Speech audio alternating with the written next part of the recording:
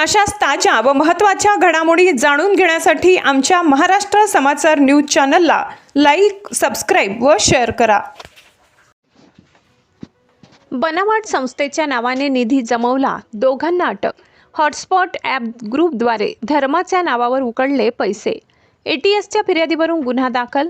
या संपूर्ण प्रकरणाची माहिती मिळताच दहशतवाद विरोधी पथक छत्रपती संभाजीनगर युनिटचे पोलीस हवालदार प्रदीप खंडाळकर यांनी पिशोर पोलीस ठाण्यात दिली। त्यांच्या तक्रारीवरून आरोपी विरुद्ध भारतीय न्याय संहिता 2023 मधील विविध कलमानुसार गुन्हा नोंदलाय। कन्नड तालुक्यातील पिशोर येथे अधिकृत नोंदणी नसताना एका बनावट संस्थेच्या नावाखाली धार्मिक व सामाजिक कामासाठी बेकायदेशीरपणे निधी गोळा करून नागरिकांची फसवणूक केल्याचा प्रकार बुधवारी दिनांक 23 रोजी उघडकीस आलाय।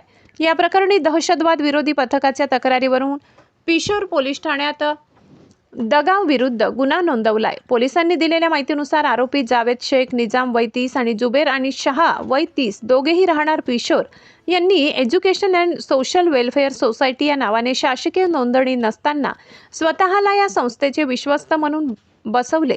त्यानंतर त्यांनी मजलिस उलमा पिशोर के नाम नावाचा व्हॉट्सअप ॲप ग्रुप तयार करून त्यातील सदस्यांकडून धार्मिक व सामाजिक उपक्रमाच्या नावाखाली आर्थिक निधी गोळा केला।